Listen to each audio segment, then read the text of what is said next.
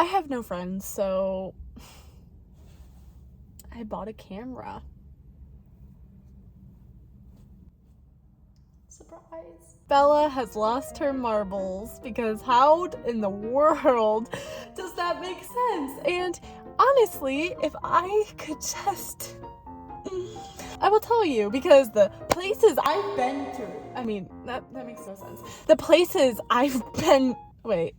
The things I've gone through today, the places I had to go to get where I am today, the things that I've seen today and heard today, and the tears I cried today has led up to this moment of buying an $800 camera instead of using that money to change my tires for the winter.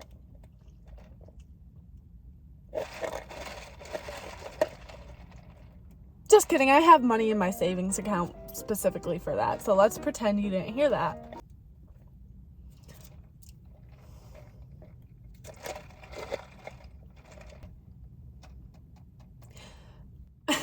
Just kidding, I actually have money in my savings account specifically meant for that, so we're fine. But I'm not gonna lie, I did kind of blow my entire paycheck on getting the camera. We love an indecisive...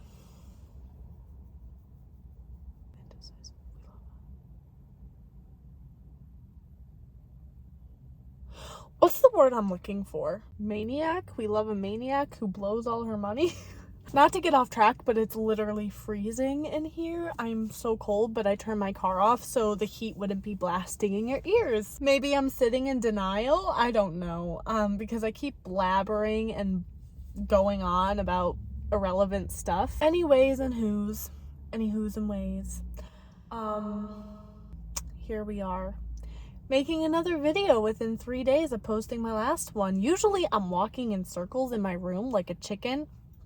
Like literally searching for a video idea to post every single Wednesday, to film the video, edit the video, and post every single Wednesday. This came because of the story I am about to share with you. So if you're here and you have no friends, grab your iced coffee, your tea, whatever is your cup of tea. I don't care. Buckle up. I'll buckle with you. Okay? Buckle up. Let me tell you the story of why I bought my camera, because I have no friends. We're going back to the good old days. It all starts with little young me in elementary school. Elementary school. I can totally talk, okay? I totally know the English dictionary. What do you think I don't? Oh my god, that's so rude of you.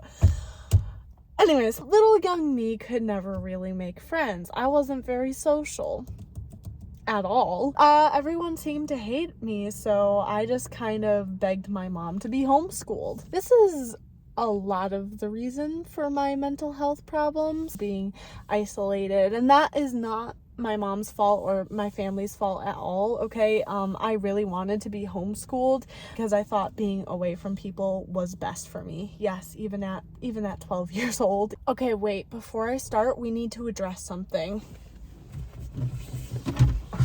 My car is not a mess, okay? I just have my jacket because it's freezing, which I should probably put on because it's really cold out. And then I have like the snow brush in my car because it like snows on and off in Rochester, New York, like bipolar. Then I got my disinfectant wipes, so I just kind of threw them in the back. There's like a water bottle back there and some AirPods and like earbuds. Anyways, I started homeschooling in the 5th grade, and there would be weekly classes on Friday called co-op. It's where all these homeschooler kids would like get together and take classes with each other, so you weren't really isolated from other people.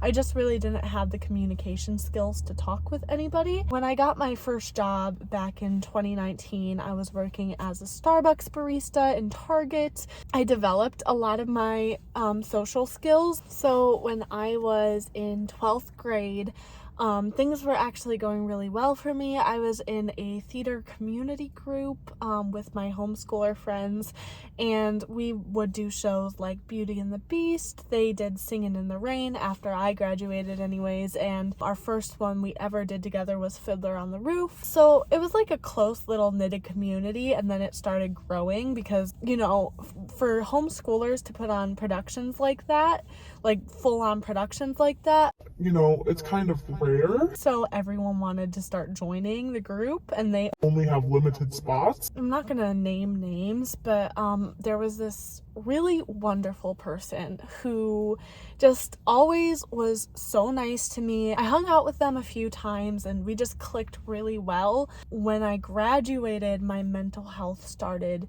decreasing in large amounts, and I think part of the reason was because I was helping with the productions as a graduate, and it was making me like really sad that they were all like so close with each other. And like, I'm not saying I was envious, I was just saying like it was really, really hard. They have continued it over the years, and don't get me wrong, their productions are amazing, all of the kids are amazing, and I love every single one of them. But because I was a graduate and I was in the adult world of working and dealing with all the new stress coming in with what it's like to be an adult, just someone who has grown up with clinical depression and anxiety and bipolar disorder, it was very, very hard, and also a little bit, of course, on the spectrum. I didn't get the help I needed, and it's no one's fault because we didn't take the time to know or care. Specifically me too. Like, I didn't want to know or care if I had these conditions or not. Part of me now as an adult wishes I could have go back and get diagnosed a little bit earlier, because it's definitely caused a lot of problems. I started isolating myself from my friend, ignoring them completely, which was a really awful part on me. Ever since that isolation, it was just me, myself, and I, and then quarantine hit and it was even worse. Every person that had gotten close to me during quarantine, whether they were outside of work or at my job. I know they say don't make friends with your coworkers, but my job was like such a tight group, and I saw them every single day of my life for 13 hours, like literally every single day. So I just kind of considered them my family. I saw them more than my actual family. Everyone I started getting close with just ended up hurting me or not responding to me, and you know, I'd like to think of it as karma in a way, but that started making me really, really cold towards people. So I started getting very picky about who I let into my life, who I let into my heart, and I broke that barrier last July. I was on a grind last year of making my Disney videos. If you've been around that long, you may remember some of the videos I've posted, which I've deleted now, which I wish I hadn't, but I did because I was very, very, very stupid.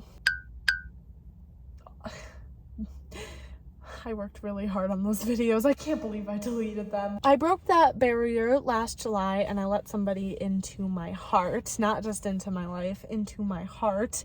And it didn't end well, of course, but I still have to see this person every day because, hint, hint, I work with them.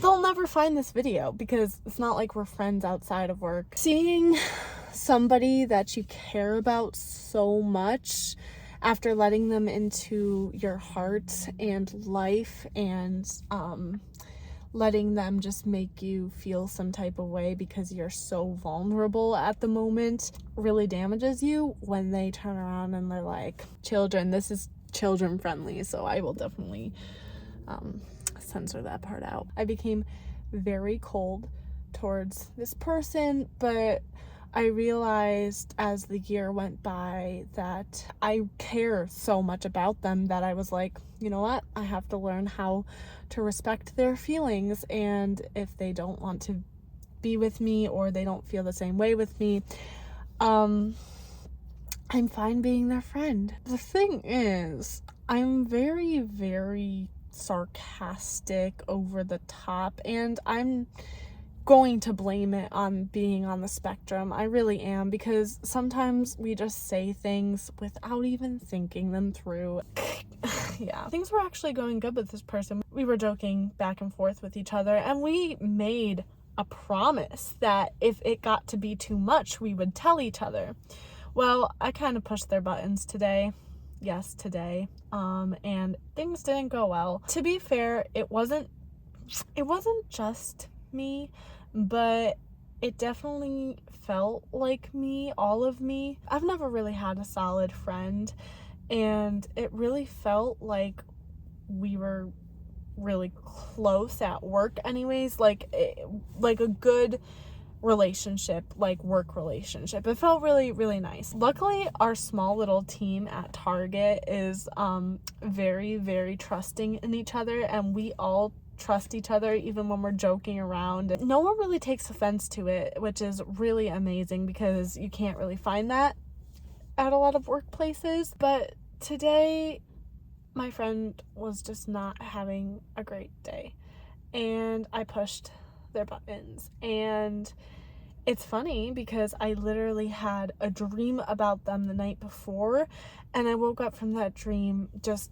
gut-wrenched, just feeling so hurt for them, like something so sorrowful deep down inside me.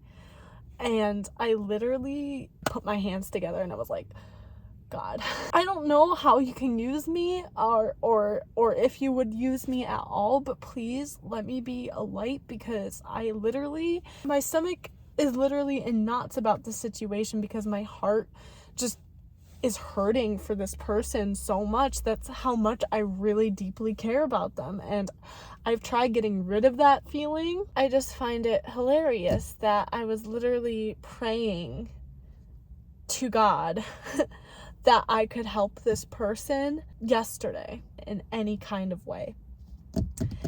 And all I ended up doing today was pushing his buttons and causing a commotion.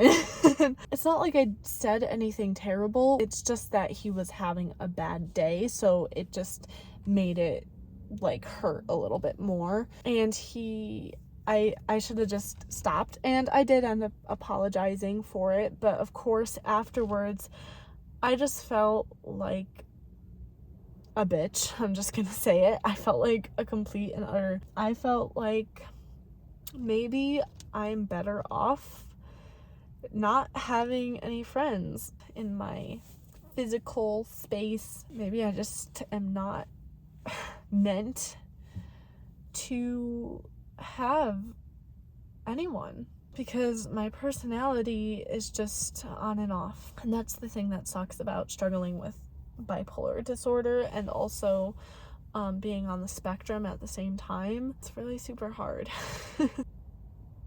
I did apologize, and I really, really do feel so terrible about the entire situation. I have no friends because of my wonderful personality.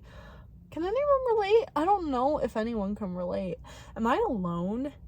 Am I alone in the world? Am I alone feeling like this? Like they mess up every single friendship that they've ever had, and it's always my fault. It's always our fault. I don't know. And the thing is, I realize that. I realize what needs to be changed, and no matter how hard I try to change it, it just seems like I always slip up and say something that just makes it worse.